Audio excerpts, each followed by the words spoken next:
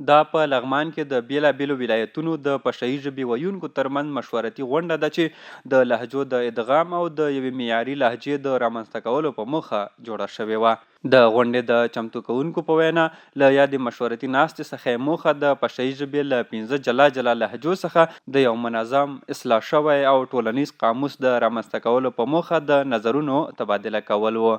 منګه چې د لغمان ولایت ته سفر کړی دی، موخه مو یوازینۍ دا وه چې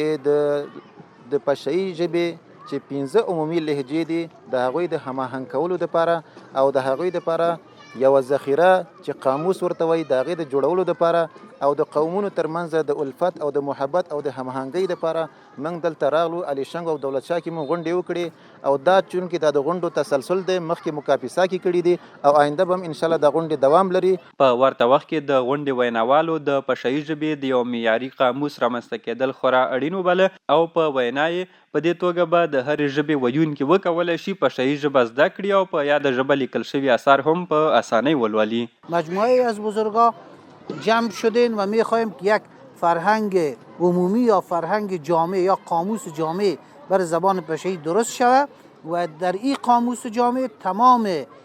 گویشوران زبان پشهی در ولایتی که هستند، چه ننگرهار، چه کنر، چه نورستان و کاپیسا در کل افغانستان، در این قاموس خود را ببینند و با استفاده از این قاموس مشکلات عدم افهام تفهیمی را که در بین لهجه های مختلف در زبان وجود داره حل بسازند. بل لور ته د یادې غونډې ګډونوالو هم له بیلابیلو لهجو څخه د یوې بشپړې معیاري لهجې رامنځته کېدل د ژبې د ساده او معیاري کولو په برخه کې مهم ګام وګڼه.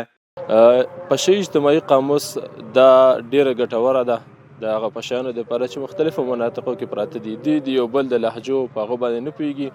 دغه اجتماعي قاموس په ایجاد سره به په راتلونکي نسل وکولی شي چې یو بل لهجو باندې پوه شي. د لیکدود واحد دپاره دا ډېر مهم او ضروري ده. د یادونې وړ ده چې اوس مهال د هیواد په بیلابیلو برخو کې د پښتني ژبې ویونکي ژوند کوي چې لهجې یو له بل سره خورا توپیر لري.